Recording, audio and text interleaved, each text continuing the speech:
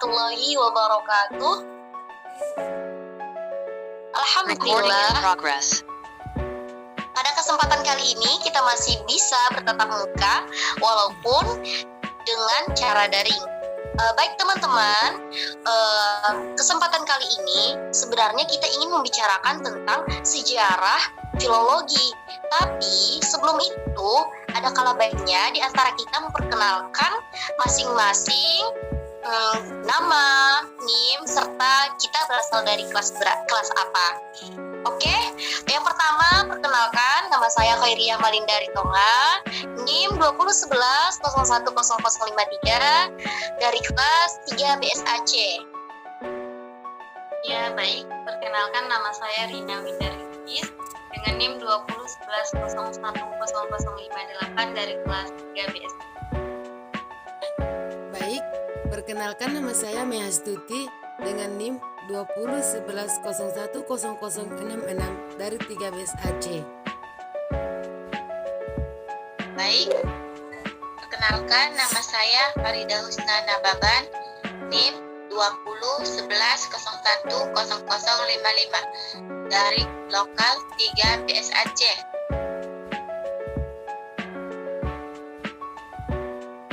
Baik, terima kasih teman-teman yang sudah bersedia memperkenalkan dirinya masing-masing. Kita akan langsung pada pembahasan kita, yaitu sejarah filologi.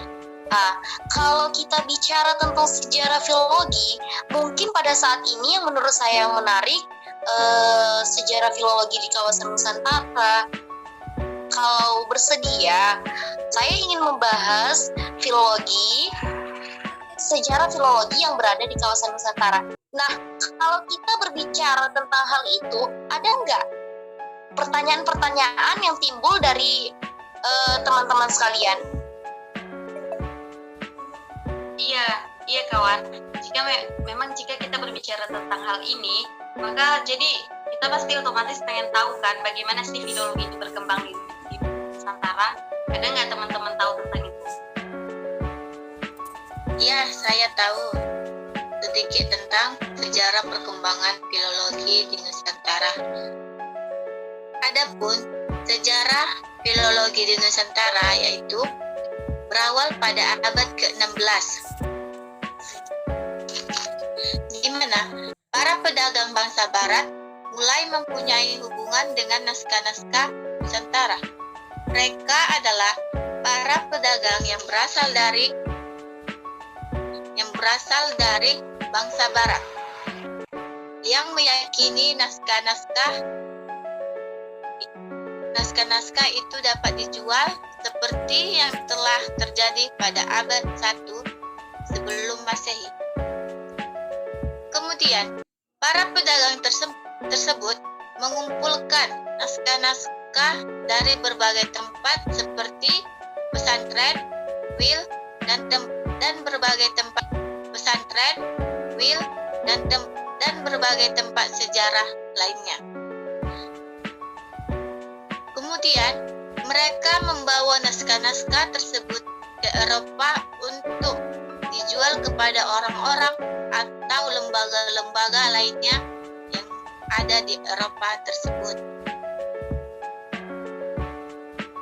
Oh, begitu ya teman. Berarti pedagang tersebut mengumpulkan naskah-naskah itu dari perorangan dan dari tempat-tempat tertentu seperti pesantren dan kuil, dan lalu membawanya ke Eropa dan memperjualbelikannya kepada perorangan dan lembaga-lembaga yang telah memiliki koleksi-koleksi tersebut. Berarti ya saudari?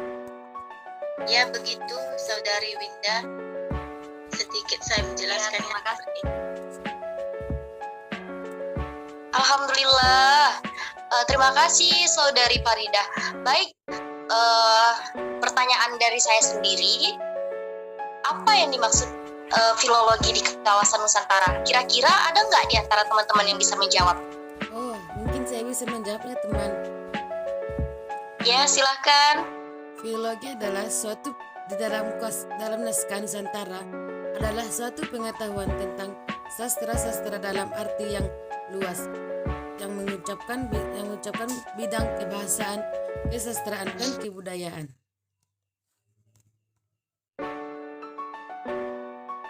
Terima kasih atas jawabnya teman Mei Hasti. Selain apa yang dimaksud dengan filologi, kemudian perkembangan filologi di Nusantara, ada nggak pertanyaan masih muncul dari pikir teman-teman sekalian? Ada teman, saya ingin bertanya, bagaimana sih naskah Nusantara itu, lalu apa hubungannya dengan pedagang barat? Begini teman, saya pernah membaca sedikit tentang itu. Menurut buku yang pernah saya baca, bahwa hasrat mengkaji tentang naskah-naskah dari Nusantara mulai timbul dengan kehadiran bangsa Barat di kawasan ini pada abad ke-16. Pertama-tama, yang mengetahui mengenai naskah-naskah ini adalah para pedagang. Mereka menilai bahwa naskah-naskah itu bernilai besar sehingga dapat menguntungkan kepada mereka. Nah, pedagang tersebut mengumpulkan naskah-naskah dari perorangan dan dari tempat-tempat koleksi naskah lama. Lalu mereka membawanya ke Eropa dan mereka memperjualbelikannya di lembaga-lembaga atau di perorangan. Itu menurut yang pernah saya baca. Terima kasih Saudari Winda telah menjawab pertanyaan dari saya. Insya Allah. Kemudian selain itu, ada nggak pertanyaan selain pertanyaan dari Faridah? Oh, saya teman, masih Ada ada nggak? pertanyaan. Ya, silakan Saudari Tuti. Apa sih manfaat mempelajari filologi? Masya Allah, sepertinya ini pertanyaan yang paling mudah ya di antara pertanyaan-pertanyaan sebelumnya. Baik, untuk pertanyaan ini akan saya coba untuk menjawabnya. Manfaat filologi itu, teman-teman, secara umum, manfaat filologi adalah menjaga kelestarian warisan luhur nenek moyang yang terkandung dalam naskah-naskah klasik. Objek studi filologi berasal dari berbagai daerah di Nusantara yang dengan sendirinya membantu pelestarian dan pengembangan budaya dan sastra daerah. Mungkin secara singkat saya jelaskan, sudah paham ya teman-teman? Insya Allah paham. teman. Halo? Alhamdulillah. Terima kasih atas waktu dan kesempatannya. Semoga pertemuan kita pada kali ini meskipun secara daring, Allah berkahi dan Allah ridhoi, dan semoga kedepannya kita bisa memperbaiki segala tugas maupun memperbaiki kewajiban dengan sebaik-baiknya. Mungkin sampai sini ada yang mau dipertanyakan lagi teman-teman? Atau masih ada timbul pertanyaan? Atau masih ada yang mau dibincangkan? Nggak ada Bagaimana lagi sih, teman-teman? Gak ada lagi sih teman. Nah, kita tentang dan berdiskusi tentang filologi lagi.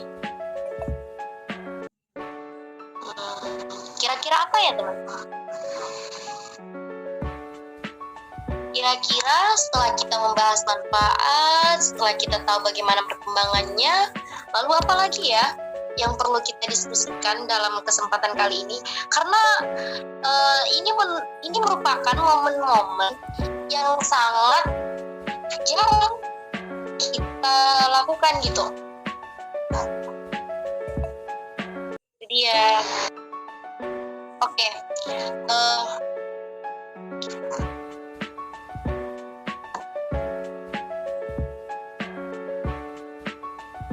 Di antara teman-teman masih ada pertanyaan? Enggak teman. Mungkin cukup. Saudari, tidak ada pertanyaan lagi. Baik.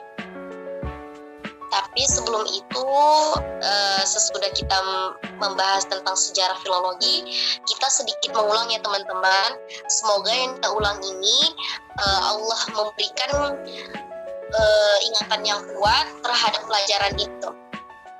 Ini dia.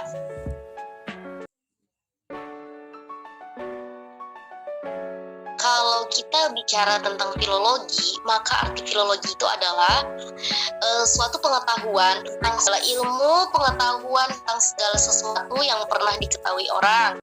Terus ada juga studi sastra secara ilmiah, kemudian bahasa atau ilmu bahasa atau linguistik, kemudian studi teks. Itu sedikit mengulang pelajaran kita gitu, mengulang pembahasan yang lalu gitu, untuk memperkuat ataupun untuk mengingat pelajaran yang lalu. Semoga dengan kita rajin mengulang pelajaran, Allah memberikan ingatan yang kuat terhadap pelajaran filologi ini, serta kita dapat mengambil pelajaran dan manfaat dari pembelajaran filologi tersebut. Mungkin kita cukupkan sampai sini pertemuan dari kita, teman-teman. Baiklah, saya pribadi mohon maaf atas segala kekurangan maupun kehilapan. Wal akhir, assalamualaikum warahmatullahi wabarakatuh.